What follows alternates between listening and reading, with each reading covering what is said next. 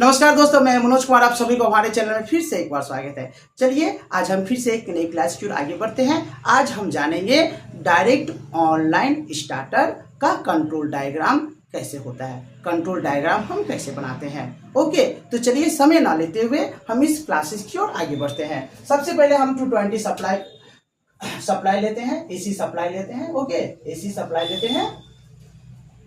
जैसा कि आपको पता है दोस्तों, यहाँ पर फेस से हम कंट्रोल करेंगे और न्यूट्रल को मैं क्या करूंगा, डायरेक्ट डालूंगा। ओके, अब मैं क्या करूंगा, सबसे पहले फेस सप्लाई को एक कंट्रोल एमसीबी में डालूंगा।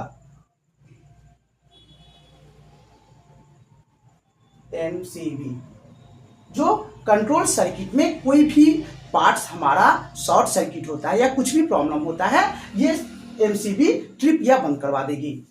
अब ये एमसीबी से जो आउटपुट फेस सप्लाई निकला, ये फेस सप्लाई को मैं क्या करूंगा, ओवरलोड में डालूंगा। ठीक है, ओवरलोड में डालूंगा।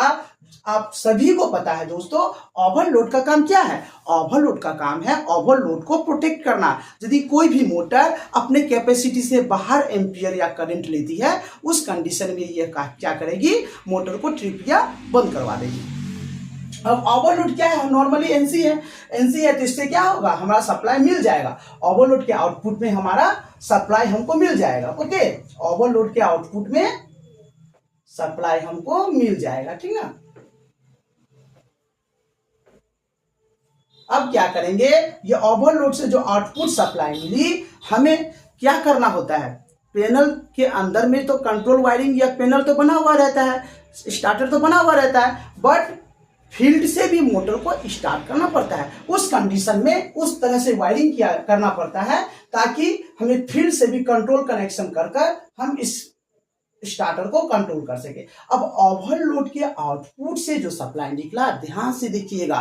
ठीक है, ओवरलोड के आउटपुट से जो सप्लाई निकला, इस सप्लाई को हम इनबिल्ट पैनल के ऑफ पुश बटन को न देकर सबसे पहले क्या करेंगे, ये एक वायर के द्वारा टीवी में कनेक्ट कर देंगे।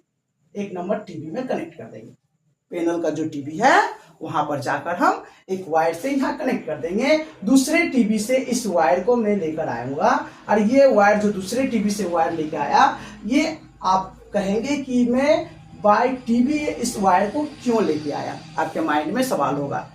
जी हाँ दोस्तों, फील्ड में हम एक स्टॉप पुश बटन लगाएंगे। फील्ड में स्टॉप पुश बटन लगाएंगे। ओके, ये क्या होगा, ओवरलोड से जो सप्लाई निकली या एनसी है, स्टॉप पुश बटन में क्या रहता है, नॉर्मली क्लोज है, ये सीधा नॉर्मली क्लोज पुश बटन में चला गया। और इसके आउटपुट में, एनसी के आउटपुट में ये सप्लाई फीडबैक सप्लाई, हमें क्या फीडबैक सप्लाई बाय वायर जो मैं लेके आया हूं, जो पैनल का, इस पैनल के अंदर में जो स्टॉप पुश बटन है, ऑफ पुश बटन है, उस ऑफ पुश बटन में मैं क्या करूंगा, डाल दूंगा। स्टॉप पुश बटन क्या है, एनसी है ना। यहां पर मेरा स्टॉप पुश बटन है। स्टॉप पुश बटन एनसी होने के कारण इसके आउटपुट में हमको सप्लाई मिल गया। जैसे ही आउटपुट में सप्लाई मिला, इस आउटपुट सप्लाई को मैंने स्टार्ट पुश बटन में डाल दिया। ओके, अब स्टार्ट पुश बटन से आउटपुट सप्लाई निकालकर इस वायर को मैं सीधा क्या करूंगा, कॉन्टेक्टर में डाल दूंगा, है ना। एक ही कॉन्टेक्टर का यूज करेंगे ना। यहाँ पर क्या है, डायरेक्ट ऑनलाइन स्टार्टर है, यहाँ पर एक ही लाइन कॉन्टेक्टर का यूज होगा। ये A1, ये हमारा क्या है, मैं न्यूट्रल यहाँ पर निकाल के रखा हूं, न्यूट्रल मैंने डायरेक्ट डाल दिया, A2 में न्यूट्रल डायरेक्ट डाल दिया, K1 मेरा लाइन कॉन्टेक्टर है।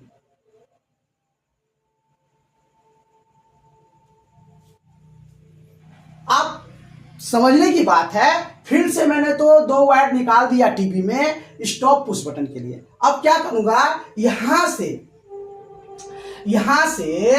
मैं क्या करूंगा, स्टार्ट पुश बटन का भी कनेक्शन करना है ना।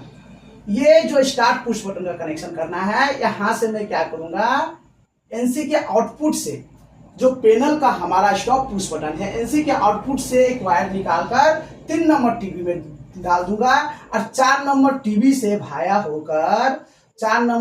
भाया होकर एक वायर सीधा पैरेलल कनेक्शन हो जाएगा पैनल का जो स्टार्ट पुश बटन है उसके आउटपुट में। तो क्या होगा, फील्ड से भी आप स्टार्ट करेंगे तो ये कॉन्टेक्टर ऑन हो जाएगा, कहने का मतलब है स्टार्टर ऑन हो जाएगा, ठीक ना।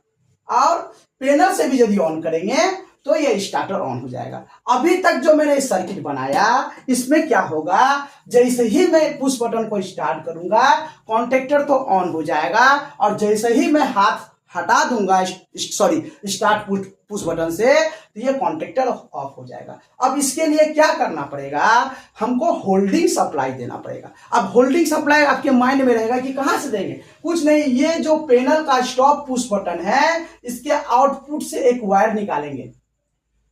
पेनल का जो स्टॉप पुश बटन एनसी है उसके आउटपुट से एक वायर निकालेंगे, और एक वायर निकालकर ये K1 कॉन्टेक्टर के एनो में डालेंगे, K1 कॉन्टेक्टर के एनो में डालेंगे, और इस आउटपुट एनो के आउटपुट से इस तार को पैरेलली यहां कनेक्शन कर देंगे, किसके साथ, कॉन्टेक्टर के A1 कॉइल के साथ। अब जैसे ही मैं स्टार्ट पुश बटन को पुश किया, ये कॉन्टेक्टर जैसे ही ऑन हुआ K1 कॉन्टेक्टर, ये K1 कॉन्टेक्टर का एनो क्या हो जाएगा, एनसी हो जाएगा, और एनसी जैसे ही होगा इसको होल्डिंग सप्लाई मिल जाएगा, कॉन्टेक्टर ऑन कंडीशन में, स्टेबल कंडीशन में आ जाएगा।